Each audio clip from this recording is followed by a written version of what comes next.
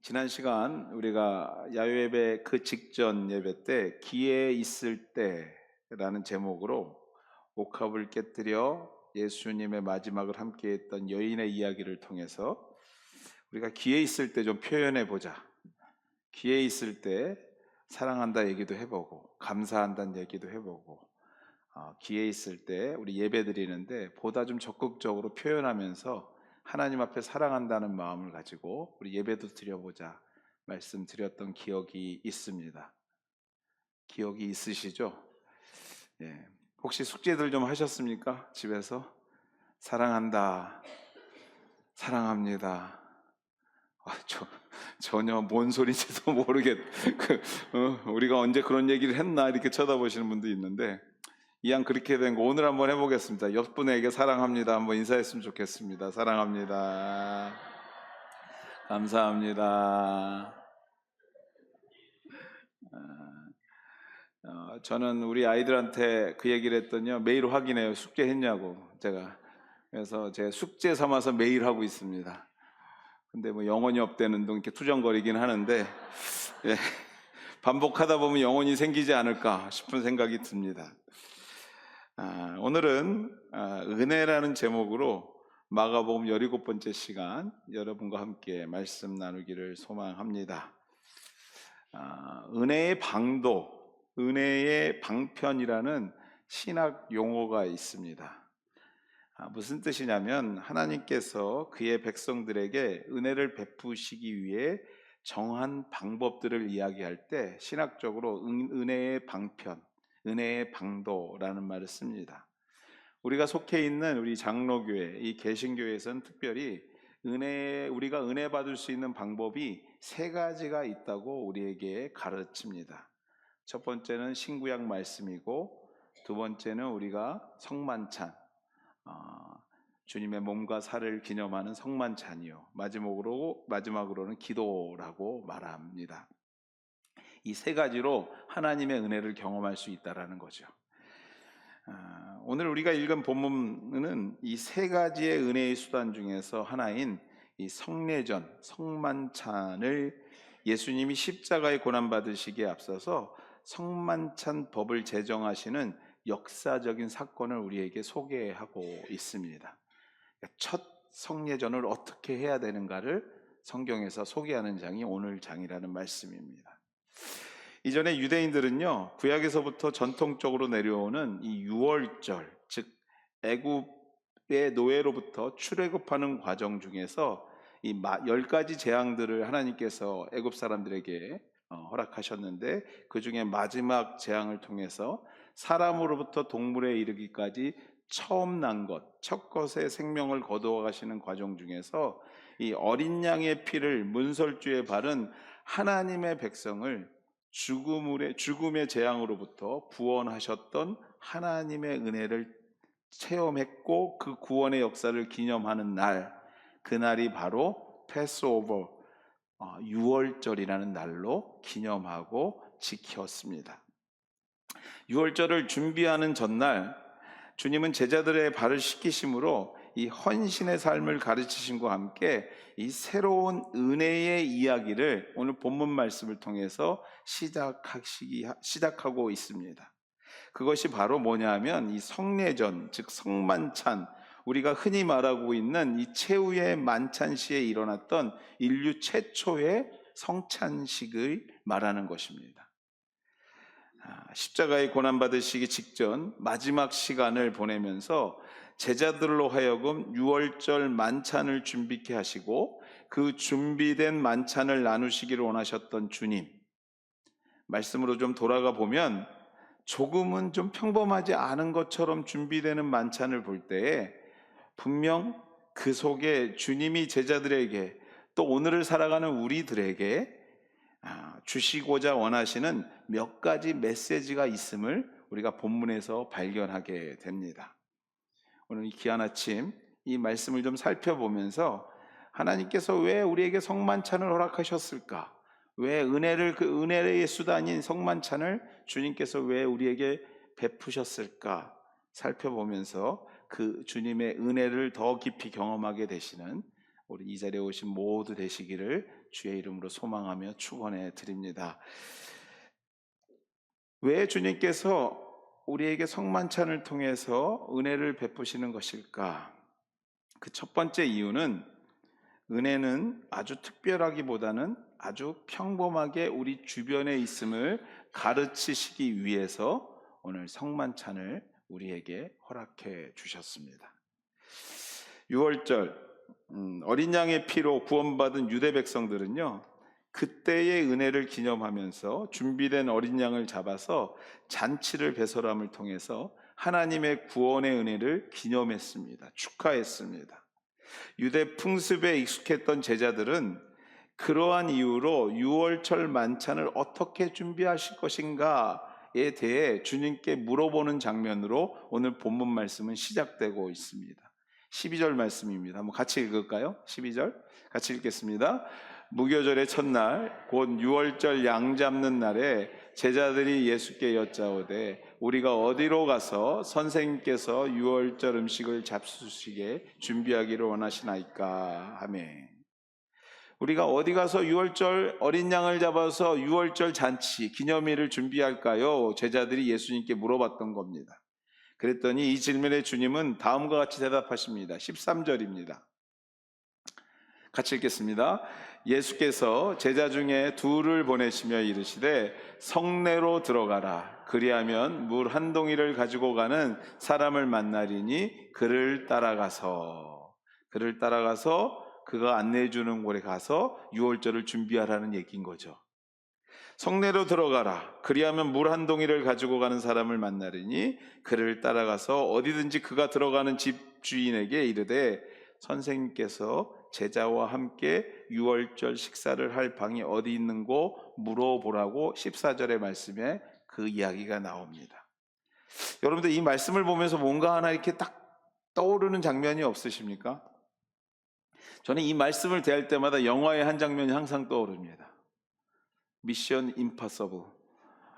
뭔가 특별한 미션을 제자들에게 주고 주님께서 그 미션을 행할 수 있도록 누군가를 만나게 하는 장면들. 미션 임파서블에 보면은 특별한 계획이 공중전화로 통해서 오죠. 막 듣고 공중전화를 딱 놓으면 어떻게 되죠? 폭파되죠. 저만 본 것처럼 다들 무슨 명절날 되면 많이 나왔잖아요. 그런 것들요. 폭파됩니다. 오늘 이 말씀을 보면 좀 그런 느낌이 있어요. 아주 특별한 계획을 지령하는 것처럼 보입니다. 은밀히 가서 물동이를 든 사람을 만나고 그 사람이 안내하는 방으로 가서 오늘 잔치를 준비해. 이런 내용이겠죠. 그렇게 보이는 것처럼 보이나 정말 그런지 오늘 본문 말씀을 좀 깊이 살펴볼 필요가 있습니다. 누가복음에 따르면요, 예수님의 미션을 수행했던 제자들은요, 베드로와 요한이라고 그 실명을 거론합니다. 누가복음에서는요. 즉 예수님의 수제자들에게 아주 특별한 미션을 통하여서 유대 민족에게 있어서 가장 큰 명절인, 특별한 날인, 구원의 날인, 은혜의 날인 이 유월절을 준비시키는 것처럼 보입니다.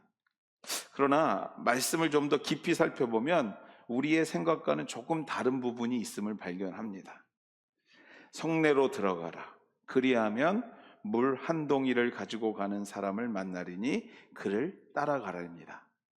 여러분들 한번 이런 생각 안 해보셨습니까? 이러한 질문은 생기지 않으신가 모르겠어요.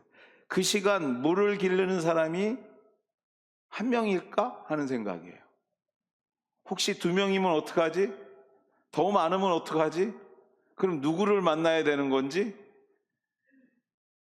좀 고민되겠죠. 가서 만나려는데 누구를 만나야 될지 모를 수도 있다라는 막막함이 생깁니다. 그러니 여러분들 마치 특별한 사람을 준비시키고 누구도 모르게 그와 접선하라고 주님께서 말하는 것처럼 보이지만, 그러나 여러분들 이 말씀의 원문의 내용들을 보면 그렇지 않음을 보게 됩니다. 무슨 말이냐면요, 원문의 뜻을 살펴보면 이 미션이 얼마나 평범하고 은밀한 것이 아닌 오픈된 미션이었는가를 발견할 수 있어요. 물 한 동이를 가지고 가는 사람이라고 성경은 말합니다. 일반적으로 여러분들 물을 나르는 일은 유대의 사람들에게 있어서는 여자들의 잡이었어요. 여자들의 몫이었습니다. 수가성 여인을 보나, 여러분들 우리 자주 찬양하는 우물가의 여인처럼 난 구했네, 뭐 이런 거 보면 다 여인들이 나오잖아요. 물을 이고 물동이를 이어서 집으로 가는 사람들 대부분이 다 여자였고 여자들이 그러한 일을 했습니다. 그런데 오늘 13절에 나오는 사람이라는 단어는요, 원문에 보면은 이 안드로포스라는 단어를 쓰고 있는데 이 단어가 남성 명사예요. 그러니까 여자를 가리키는 말이 아닙니다. 남성 명사를 사용하고 있어요. 일반적으로 물동이를 이고 가는 수많은 여인 중에서 누군가를 찾는 것이 아니라 남자가 물을 운반하는 사람을 찾으라는 얘기예요. 남자가. 이 이야기를 비추어서 보면요, 그 당시에 남자 노예인 것을 미루어 짐작할 수 있습니다. 남자들이 물동이를 잇는 사람들은 없었거든요. 그러니까 하인, 그것을 할 수밖에 없는 사람들인 거죠. 즉 일반적인 여자들 가운데 누군가를 찾는 것이 아니라 남자 노예인데 하인인데 물동이를 나르는 사람을 찾는 일이었어요. 여러분들 생각해보면 그리 어렵지 않았겠죠.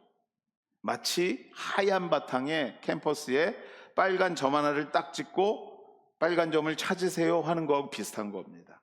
보기 싫어도 보여지고요, 지나치려고 해도 다시 고개를 돌려서 뭐지 하고 봐야 될 수밖에 없는 일을 주님께서 말하고 있는 것이에요. 수많은 사람 중에서도 눈에 들어오는 아주 쉽게 누구나 만날 수 있는 일을 주님께서 오늘 말씀을 통해서 제자들에게 미션을 주신 거예요. 그렇습니다, 여러분들. 다시 세우시는 하나님의 은혜의 수단, 즉 최초의 성만찬의 시작은 이러했습니다. 특별하고 은밀한 것이 아니라, 특별하고 준비된 양을 잡아야 되는 것이 아니라 누구나의 눈에 들어오고 발견하기 쉬운 것에서부터 시작하고 있음에 우리가 주목할 필요가 있습니다. 하나님께서 새롭게 제정하신 은혜의 방법, 그 방법이 뭔가 특별한 일이 아니라 보기 싫어도 볼 수밖에 없고 찾기 싫어도 찾을 수밖에 없는 것으로부터 시작되고 있다는 것이에요.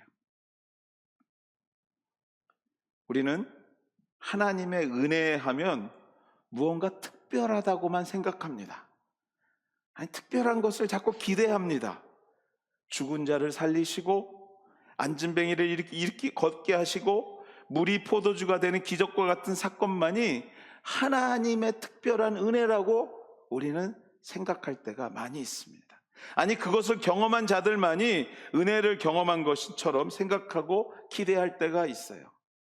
어떤 분들은요, 기도를 아무리 열심히 해도 방언을 하지 않으면 기도가 아니라는 분들도 있어요. 저는 동의하지 않습니다. 무언가 특별한 것을 기대하고 날마다 그것을 향하는 우리들의 작은 마음일 수 있겠죠.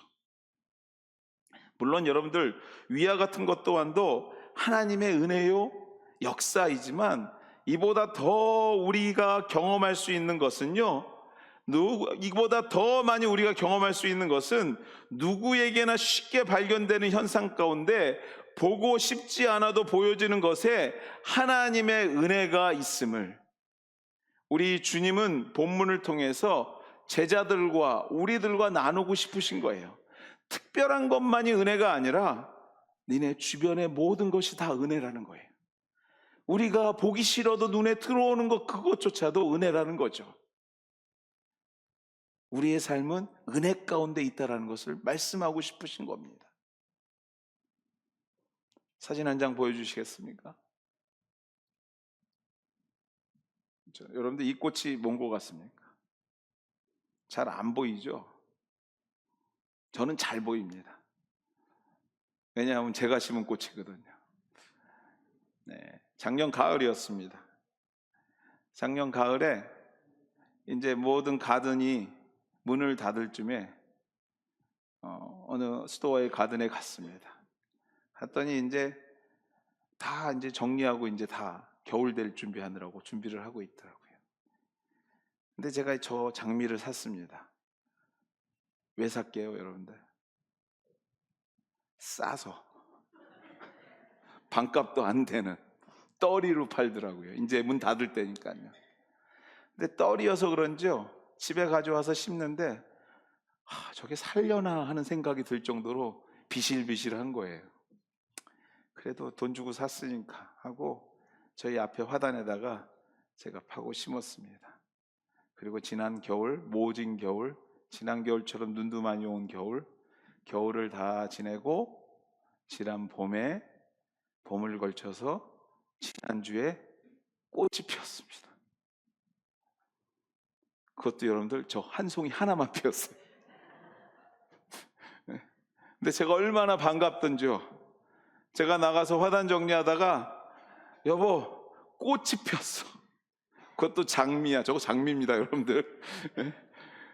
장미가 여러분들 눈에 들어오지 않을 정도로 조그만데 제 눈에는요 너무 귀하고 아름답게 보이는 거예요. 왜요? 여러분들 제가 알거든. 저거 죽을 것 같았거든요. 근데 저 것을 보면서 저도 모르는 사이에 하나님이 나도 저렇게 죽을 수밖에 없는 사람을 나를 살려주셨구나. 저렇게 꽃이 피까 말까 고민되는 상황에서도 하나님의 은혜 가운데 꽃을 피게 하셨구나 라는 생각에 제가 너무나 하나님의 은혜를 경험하는 시간이 되더라고요. 사랑하는 여러분들, 화단의 꽃이, 계절의 변화가 요 사이에 우리 신방하는 중에요 우리 집사님들이 자녀들을 이렇게 테이블 위에 모아놓고 같이 예배하자고 왔을 때 자녀들이요 앉아서 예배 동참하는데 얼마나 제 마음이 뿌듯한지요. 제 마음이 뿌듯한데 엄마 아빠 마음은 어떨까요 여러분들? 이게 뭐 하여튼 엄마가 뭐 하래니까 고개 숙이고 있는지는 모르지만 그 아이들이 함께 있으면서 잘 큰 아이들을 볼 때 말할 수 없는 하나님의 은혜가 경험되더라고요. 보기 싫어도 우리 아이들 눈에 들어오더라고요 여러분들. 보기 싫어도 꽃이 들어오고요 느끼지 못해도 계절은 변화되고 있고요 하나님께서 떨어지는 낙엽 이후에 눈이 오고 눈이 온 다음에 다시 새싹이 돋고요 나무 위에 푸릇푸릇하게 나무를 보여주시고요 풍성한 열매를 보여주시고요 보기 싫어도 우리 눈에 들어오더라고요. 사랑하는 여러분들, 이 모든 것들이 여러분들 은혜라고 생각해 보시지 않으셨습니까? 여러분 주변에 있는 모든 것이 은혜인 것을 주님은 깨닫기를 바라시고 계시는 줄 믿습니다. 어제보다 오늘, 오늘보다 내일을 꿈꾸면서 실망하지 않는 우리들의 모습에서 아니 여러분들 실망하지만 그래도 살아야지 다짐하는 우리들의 의지 가운데 우리는 하나님의 은혜 또한도 발견할 수 있게 되는 것입니다. 하나님 감사합니다. 내 주변에 이러한 것들을 허락하시니 다 은혜입니다.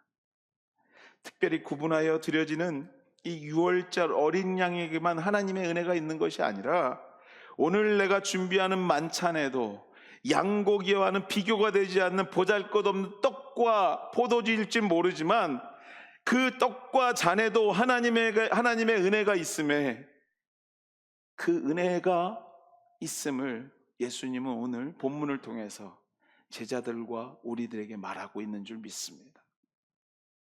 그렇습니다 여러분들. 특별한 것이 아닙니다. 우리가 이 순간 이 자리에 예배할 수 있는 것으로부터 시작해서요 우리가 생각하지 못하는 그 순간까지도 우리 하나님의 계획하고 계심을 느끼며 복잡한 삶 가운데서 수시로 그 은혜를 발견하는 것, 마치 수많은 물동이를 든 여인들 가운데 한 남성의 물동이를 든 모습을 발견할 수밖에 없는 것처럼 우리들 인생 가운데 발견될 수밖에 없는 것이 주님의 은혜라는 것입니다. 할렐루야. 우리가 외면하여도 믿음의 사람에게는요 하나님의 은혜가 주변에 있는 거예요. 늘. 사랑하는 우리 KW 가족 여러분, 실망하기에 앞서, 포기하기에 앞서, 낙심하기에 앞서 은혜 가운데 있을 수밖에 없는 우리들의 인생을 발견하게 되시는 우리 모두가 되기를 주의 이름으로 축원해 드립니다. 다시 한번 하나님의 은혜를 경험하는 저와 여러분 되시기를 주님의 은혜 이름으로 축원해 드립니다. 한번 여러분들 저 따라해보고 옆 사람에게 한번 먼저 훈련하고 옆 사람에게 인사하도록 하겠습니다. 한번 따라해 보겠습니다. 그래. 일부 예배도 그랬는데 역시 제 예상을 벗어나지 않습니다. 큰 소리로 따라하겠습니다. 그래. 그것도 은혜야. 아멘. 옆 사람에게 인사하겠습니다. 그래. 그것도 인사. 네? 여러분들 그것도 은혜예요. 우리 주변에 있는 모든 것 우리 하나님께서 허락하신 은혜입니다. 때로는 한순간 그것 때문에 마음이 아플 수도 있어요. 걱정이 될 수도 있어요. 그러나 그것 때문에 우리 하나님께서 또 주시는 은혜가 있더라는 것이에요. 내가 외면하고 싶어도 외면하지 못하는 그 부분에서 하나님께서 우리에게 허락하신 은혜가 있더라는 것입니다.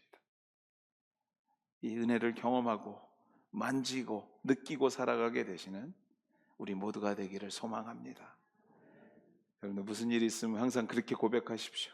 그래, 그것도 은혜랬어. 그러면서 기도하는 마음으로 이렇게 얘기하면 맨날 남편 보고 자꾸 얘기하지 마시고요, 여러분들. 둘째로 하나님께서 우리 예수님께서 성찬을 통해서 우리에게 주시는 은혜, 그 은혜의 두 번째 의미는 은혜는 우리의 범죄함을 깨닫게 한다라는 것입니다. 본문에서 이렇게 준비된 은혜의 자리에서 유월절 만찬의 자리에서 가장 먼저 주님께서 말씀하신 것이 무엇인가에 대한 내용을 우리가 또한 주목해 볼 필요가 있습니다. 18절 말씀입니다. 한번 읽어볼까요? 18절 같이 읽겠습니다. 다 앉아 먹을 때에 예수께서 이르시되 내가 진실로 너희에게 이르노니 너희 중에 한 사람 곧 나와 함께 먹는 자가 나를 팔리라 하신대. 다 앉아서 먹는데요, 그 중에 한 사람이 나를 팔 거라고 주님께서 얘기합니다. 범죄에 대한 고발이죠. 죄에 대한 지적입니다. 진정한 하나님의 은혜를 경험한 사람들에게 있어서 특징이 있는데요, 그 특징이 바로 내가 의인이요 축복받은 사람인 것을, 모든 것이 은혜인 것을 깨닫는 것과 동시에 내가 회복할 수 없는 죄인인 것 또한도 함께 깨닫는 것이에요. 가룟 유다와 같은 마음이 내 속에 있음을 발견하게 되는 것입니다. 즉 내가 죄인인 것을 깨닫는 것, 죄인인 것을 알물 통하여 진정한 하나님의 은혜를 더 깊이 경험하게 된다는 거예요. 문득 찾아오는 계절의 은혜를 경험하면서 하나님 참 감사합니다, 그것도 은혜라는 것을 깨달으면서 하나님 참 감사합니다, 이렇게 좋은 날을 주시고 이렇게 좋은 사람들을 주시고 이렇게 좋은 환경을 주셔서 참 감사합니다. 그 평범한 감사 속에서 그동안 삶에 지쳐 감사하지 못했고 여러 정황 속에서 상황 속에서 지쳐 주님과 교제하지 못하고 기도하지 못하고 헌신하지 못한 것이 문득 생각나기 시작한다라는 거예요. 그냥 감사함으로 끝나는 것이 아니라 하나님 감사한데 그동안 내가 이렇게 감사치 못하는 부분이 내 속에 있었음을 고백하게 된다라는 것입니다. 또 그 생각과 함께 하나님 앞에 다시 한번 회개하고 돌이키는 것, 그 발걸음이 바로, 그 마음이 바로 하나님의 은혜를 경험하는 순간인 줄 믿습니다.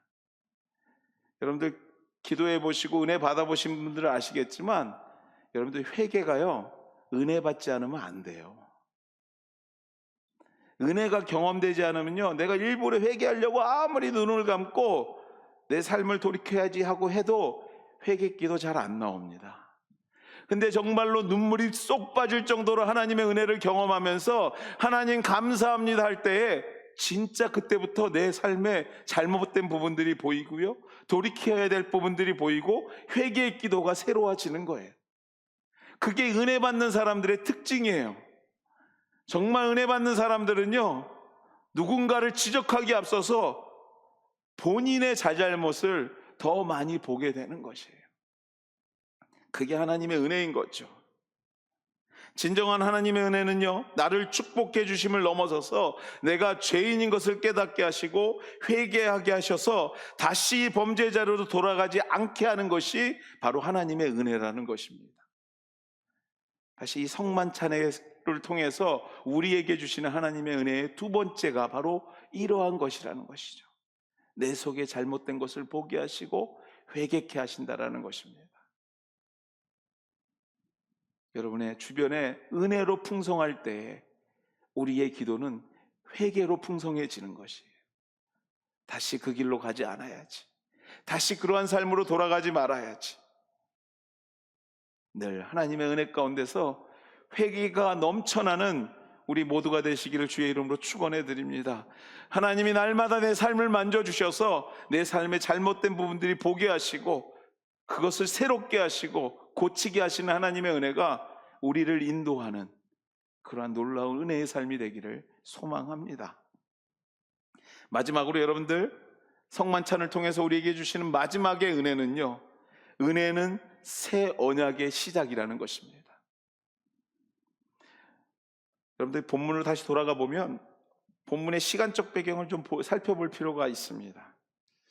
이 본문이 언제 기록된 거냐면 우리로 말하면 고난주간에 지금 나온 내용들이에요. 이제 내일이면 주님께서 십자가에 고난받으시려고 잡혀가는 날이 되는 것입니다. 고난주간의 목요일인 것을 우리가 짐작해 볼 수 있습니다. 왜냐하면 우리가 읽은 12절 말씀에 보면, 12절 한번 보여주시겠어요? 12절 말씀에 보면 양 잡는 날이라는 표현이 있습니다. 젊음의 그 12절입니다. 무교절의 첫날 곧 유월절, 양 잡는 날이라는 표현이 있습니다. 이 표현 때문에 그래요. 유대 풍습에 따르면 유월절 전날 양을 잡아 만찬을 준비하는 게 풍습이었습니다. 유월절 당일에 전날에 잡았던 양을 나누어서 먹는 거죠.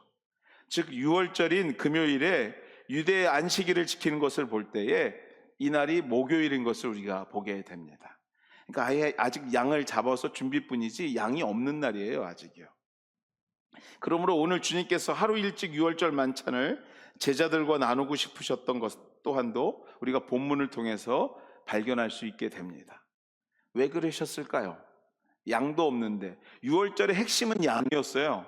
근데 양도 없는데 그 전날에 주님께서 유월절 만찬을 하기를 원하셨던 거예요. 왜 그러셨을까요? 왜 유월절을 상징하는 어린 양의 고기도 없이 유월절 만찬을 나누기를 원하셨을까요? 주님께는 두 가지 이유가 있었습니다. 첫 번째는 내일 당신이 고난받기 위하여 잡혀가시기 때문에 제자들과 함께 할 시간이 없는 거예요. 물리적으로 이게 첫 번째 이유였다면 두 번째, 그보다 더 중요한 이유가 있었습니다. 그 이유는 바로 유월절의 희생 어린 양이 바로 예수님 당신이었기 때문에 그렇습니다. 다시 말해서 죄인들의 죄를 대신해서 이제까지 어린 양을 잡아 하나님 앞에 회개의 제사를 드렸다면 인류의 모든 죄를 대신하여 십자가에 죽으심으로 더 이상 어린 양의 피가 필요 없게 되었다라는 새로운 언약을 선포하기 위함이었다라는 거예요. 이제는 어린 양이 이후로는 어린 양을 잡지 않습니다. 예수 믿는 사람은 이제 어린 양이 필요 없는 거예요. 왜요? 예수님께서 모든 죄를 대신해서 어린 양으로 십자가에 못 박혀 죽으셨기 때문에 그렇습니다. 다시 말해서 여러분들, 그 어린 양의 피가 새로운 언약의 시작이 되었다라는 거예요. 예수님의 십자가의 보혈이. 우리 말씀 한번 읽도록 하겠습니다. 22절에서 24절까지 말씀입니다. 같이 읽겠습니다. 그들이 먹을 때에 예수께서 떡을 가지사 축사하시고 떼어 제자들에게 주시며 이르시되 받으라, 이것은 내 몸이니라 하시고 또 잔을 가지사 감사 기도하시고 그들에게 주시니 다 이를 마시매 이르시되 이것은 많은 사람을 위하여 흘리는 나의 피 곧 언약의 피니라. 아멘. 만찬이 시작되자 주님은요 떡을 들어 축사하시고 떼어 이르시되 제자들에게 나눠주시면서 말씀하십니다. 이 떡이 내 몸이랍니다. 또 잔을 들어 축복하시면서 말씀하시기를 이 피는 내가 새롭게 세운 나의 언약의 피, 구원의 피라고 말씀하십니다. 이렇게 선포하심으로 더 이상 구약적인 어린 양의 피, 그 피의 은혜가 아닌 그리스도 예수를 통한 구원의 은혜, 새 언약의 시대를 시작한다고 선포하고 계시는 거예요. 이제는 더 이상 어린 양을 잡는 것이 아니라 예수를 믿음을 통해서 하나님 나라의 백성이 되고, 예수를 믿음으로 구원받고, 예수를 믿음으로 우리가 용서받을 수 있다는 것을 이 마지막 성례전을 통해서, 마지막 만찬에 시작된 성례전을 통해서 주님께서 선포하고 계시는 줄 믿습니다. 사랑하는 우리 KW 공동체 여러분, 오늘 우리가 이 자리에 나와 예배할 수 있는 것은요, 다 이 새 언약 때문에 그래요. 만약에 여러분들 우리가 이 새 언약이 없으면요, 구약같이 살았으면 오늘도 양을 잡아서 양을 태워야 합니다. 하나님을 만나시려면, 하나님 앞에 예배하려면요. 우리가 그리스도께서 나를 위하여 십자가를 지셨다는 사실을 믿는 그 믿음으로 구원의 은혜를 경험하는 것, 이 또한도 바로 새 언약의 결과라는 거예요. 내가 예수 믿고 하나님 나라의 백성이 된다라는 그 구원의 고백이 바로 이 새 언약의 결과라는 것입니다. 어린 양의 피를 통한 용서의 은혜를 벗어나 예수 그리스도의 몸과 피를 기념함으로 진정한 하나님의 은혜를 경험할 수 있는 새 언약을 여셨고요, 그 속에 누가 포함되어 있습니까? 바로 우리가 포함되어 있는 것입니다. 2000년 전에 이 얘기 속에 우리의 이름이 기록되어 있는 것이에요. 이것이 진정한 하나님의 은혜 아니고 무엇으로 우리가 설명할 수 있겠습니까? 세상에 어떤 사람도요, 예수를 믿으면 하나님 나라의 백성이 되는 줄 믿습니다.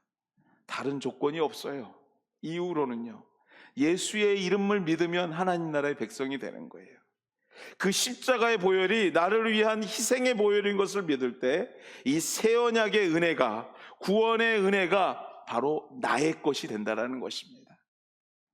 사랑하는 여러분들, 오늘 그 은혜 안에서 우리가 예배하고 있고, 그 은혜 안에서 교제하고 있고, 그 새 언약의 은혜 안에서 우리가 하나님을 찬양하고 있는 줄 믿습니다. 본문의 성만찬을 통하여 우리에게 주시는 하나님의 은혜는요, 그 무엇과도 바꿀 수 없는 새 언약의 피, 구원의 은혜인 줄 믿습니다. 말씀을 맺습니다. 은혜는 우리 주변에 있습니다. 아주 우리 주변에 가까이에 있습니다. 은혜는 나의 삶을 비추는 회개의 빛입니다. 은혜는 새 언약의 구원의 은혜입니다. 이 하나님의 은혜가 바로 그 누구도 아닌 우리를 위한 은혜인 것을 확신하고, 이 은혜 속에서 다가오는 한 주간 늘 감사와 감격과 승리 속에서 살아가게 되시는 우리 KW 공동체 되시기를 주의 이름으로 축원해 드립니다. 같이 한번 기도하겠습니다.